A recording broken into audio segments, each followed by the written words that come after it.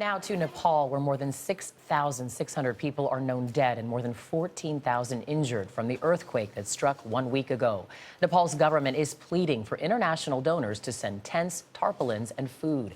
U.S. Marines are arriving to help with the relief effort. Nepal's capital suffered extensive damage, but conditions are much worse in the Himalayan countryside.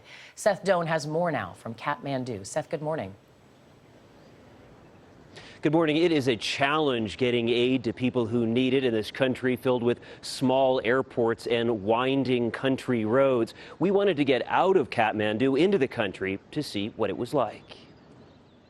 Up in the mountains of Nepal on bumpy dirt paths, it's clear to see how difficult it is getting aid into these remote regions.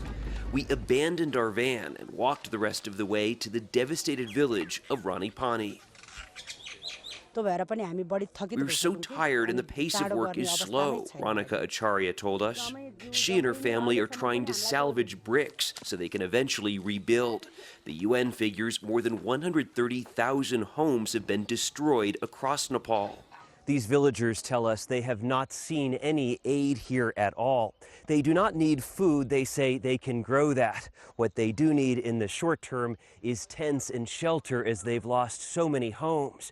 And with the rainy season approaching, ultimately they need help rebuilding. I leave my college and then come here to help my family.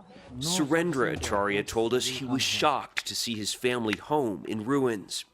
How long will it take to rebuild in a place like this?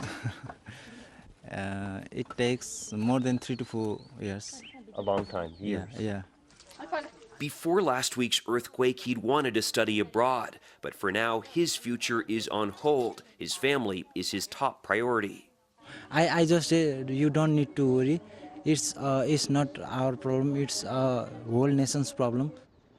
This is a country that is struggling to get back to normal, though we are starting to see some encouraging signs. We're seeing more stores open, more street vendors selling things like fruit, more ATMs open as electricity starts to come back online in some parts of this city. And one of the biggest signs, those giant tent cities that popped up after the earthquake, well, those are getting smaller as people start to go back to their homes. Anthony. That's good news. Seth Doane in Katmandu, Nepal. Thanks, Seth.